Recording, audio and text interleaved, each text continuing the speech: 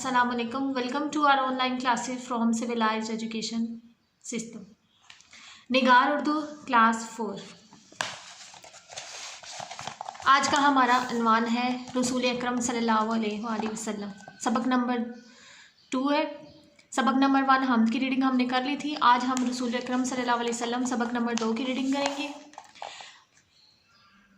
अल्लाह ताला ने हर ज़माने में इंसानों की हदायत के लिए पैगंबर भेजे हैं। अल्लाह ताला ने हमें हदायत पहुंचाने के लिए पैगंबर भेजे हैं, यानी पैगंबर पैगाम लाने वाले, अल्लाह ताला का पैगाम लाने वाले हज़रत मोहम्मद सल्लल्लाहु अलैहि वसल्लम अल्लाह ताला के आखिरी पैगंबर हैं। ये आप सबको पता है कि हज़रत मोहम्मद सल्लल्लाहु अलैहि वसल्लम अल्लाह के आखिरी पैगंबर हैं। आप सल्लल्लाहु अलैहि वसल्लम के बाद दुनिया में अब और कोई पैगंबर नहीं आएगा। आप सल्लल्लाहु अलैहि वसल्लम के इखलाक की कोई मिसाल नहीं मिलती। रसूलुल्लाह सल्लल्लाहु अलैहि वसल्लम के बाद इस दुनिया में अब तक ना तो कोई आया है और ना ही आएगा। रसूलुल्लाह सल्लल्लाहु अलैहि वसल्लम की ज़ात वाहिद ज़ात है कि जो ख़ातिमुन नबिय्यीन है। आप डियर स्टूडेंट, आपको पता है कि रसूलुल्लाह सल्लल्लाहु अलैहि वसल्लम अल्लाह के आखिरी नबी है। अब इस सबक में हम रसूलुल्लाह सल्लल्लाहु अलैहि वसल्लम के इखलाक के बारे में पढ़ेंगे कि रसूलुल्लाह सल्लल्लाहु अलैहि वसल्लम का इखलाक लोगों के साथ कैसा था। नबी करीम सल्लल्लाहु अलैहि वसल्लम को अल्लाह ताला की ज़ात पर काबिल भरोसा था। आप सल्लल्लाहु अलैहि वसल्लम पुख्ता इरादों के मालिक और बहुत हौसले वाले थे। आप सल्लल्लाहु अलैहि वसल्लम कुशादा दिल इंसान थे। आप सल्लल्लाहु अलैहि वसल्लम बहुत नर्म दिल, हमदर्द और सखी थे। हर एक के काम आते थे। सच्चाई और ईमानत में आप सल्लल्लाहु अलैहि वसल्लम अपनी मिसाल आप और सरापा रहमत थे। आप सल्लल्लाहु अलैहि वसल्लम अपनों ही के लिए नहीं बेगानों के लिए भी रहमत थे। आप इसलिए दुश्मन भी आप सल्लल्लाहु अलैहि वसल्लम के इखलाक से फ़ौरन मुतासिर हो जाते थे। अब आप सल्लल्लाहु अलैहि वसल्लम की ज़ात ऐसी है कि आप सल्लल्लाहु अलैहि वसल्लम को सिर्फ कामिल भरोसा था। वो किस पर था? अल्लाह ताला की ज़ात पर था। आपका दिल बहुत ज़्यादा दूसरे इंसानों के लिए कुशादा था, यानी खुला था। आप सल्लल्लाहु अलैहि वसल्लम जो दूसरे लोगों के साथ थे वो हमदर्दी के साथ पेश आते थे और आप सच्चाई और ईमानत में अपनी मिसाल आप थे और सरापा रहमत थे। यानी क्या है कि जो आप सल्लल्लाहु अलैहि वसल्लम के दोस्त थे वो तो आप सल्लल्लाहु अलैहि वसल्लम को सादिक और अमीन समझते थे, यानी सच्चा और ईमानदार समझते थे। लेकिन जो आपके दुश्मन थे, जो गैर मुस्लिम थे, वो भी आप सल्लल्लाहु अलैहि वसल्लम को सादिक और अमीन समझते थे। बज़ाहिर वो रसूलुल्लाह सल्लल्लाहु अलैहि वसल्लम पर और अल्लाह पर ईमान नहीं लाते थे, लेकिन इसके बावजूद वो आप सल्लल्लाहु अलैहि वसल्लम को सादिक और अमीन समझते थे। हज़रत मोहम्मद सल्लल्लाहु अलैहि वसल्लम बहुत बहादुर थे। अल्लाह के सिवा किसी से नहीं डरते थे। अमन या जंग आप सल्लल्लाहु अलैहि वसल्लम हर हालत में साबित कदम रहते थे।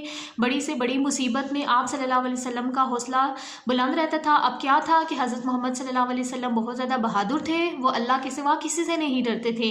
अमन हो या जंग हो, कोई भी सूरत हो, वो क्या करते थे? हर हालत में साबित कदम रहते थे, यानी डट कर रहते थे। वो किसी से नहीं डरते थे। बड़ी से बड़ी मुसीबत भी आ जाए तो आपका हौसला बुलंद रहता था। यानी क्या है कि हम इंसानों को अगर ले के देखो, हम कोई मुसीबत आती है तो हम घबराना शुरू हो जाते हैं। हमारा हौसला जो होता है वो पस्त हो जाता है, हम खौफजदा हो जाते हैं। लेकिन रसूलुल्लाह सल्लल्लाहु अलैहि वसल्लम की ज़ात ऐसी है कि उन पर बड़ी से बड़ी मुसीबत भी आए तो वो अल्लाह ताला का शुक्र अदा करते थे और उनका हौसला बुलंद रहता था। एक रात मदीना में खौफनाक आवाज़ सुनाई दी। लोग घबरा गए। वो समझे कि शहर पर हमला हो गया है। आप सल्लल्लाहु अलैहि वसल्लम जल्दी जल्दी घोड़े की नंगी पीठ पर सवार होकर निकले और अकेले ही मदीना के गिर्द चक्कर लगा आए। वापस आकर लोगों को तसल्ली दी कि खतरे की कोई बात नहीं। प्यारे नबी सल्लल्लाहु अलैहि वसल्लम सच्चे थे और सच्चे लोगों की कदर करते थे। इंसाफ के मामले में अपने बेगाने, दोस्त, दुश्मन, मुसलमान या काफिर में कोई तमीज़ ना करते और जो सच्चा होता इसके हक़ में फ़ैसला सुना देते। आप सल्लल्लाहु अलैहि वसल्लम ने एक दफ़ा मुसलमान के मुकाबले में एक यहूदी के हक़ में फैसला दे दिया क्योंकि वो सच्चा था। अब क्या हुआ कि एक रात मदीने में खौफनाक आवाज़ें आ रही थी तो सब लोग घबराना शुरू हो गए। लेकिन रसूलुल्लाह सल्लल्लाहु अलैहि वसल्लम खुद अकेले घोड़े की नंगी पीठ पर बैठकर, यानी घोड़े के ऊपर उन्होंने कुछ भी नहीं बिछाया और वो निकल पड़े मदीना की तरफ। उन्होंने चक्कर लगाकर वापस आकर लोगों को तसल्ली दी, उन्होंने हौसला दिया कि ऐसा कुछ भी नहीं है, कुछ भी नहीं हो। वो समझ रहे थे कि हमारे शहर पर क्या हो गया? हमला हो गया। लेकिन रसूलुल्लाह ने उन्हें तसल्ली दी तो वो आप सल्लल्लाहु अलैहि वसल्लम को सच्चा समझते थे, तो इसलिए सच्चे लोगों की कदर करते थे, इसलिए वो आप सल्लल्लाहु अलैहि वसल्लम की बात उन्होंने मान ली। और इसी तरह इंसाफ के मामले भी आप अपने बेगाने, दोस्त, दुश्मन, मुसलमान या काफिर में कोई तमीज़ नहीं करते थे। यानी कोई भी मसला आपके सामने आता था तो आप उसे इंसाफ के साथ हल करते थे, यानी जिसको जो भी ज़्यादती करता था उसको सज़ा दी जाती थी और जो बेगुनाह था उसको माफ़ कर दिया जाता था। तो सब आपको सादिक और अमीन इसीलिए कहते थे।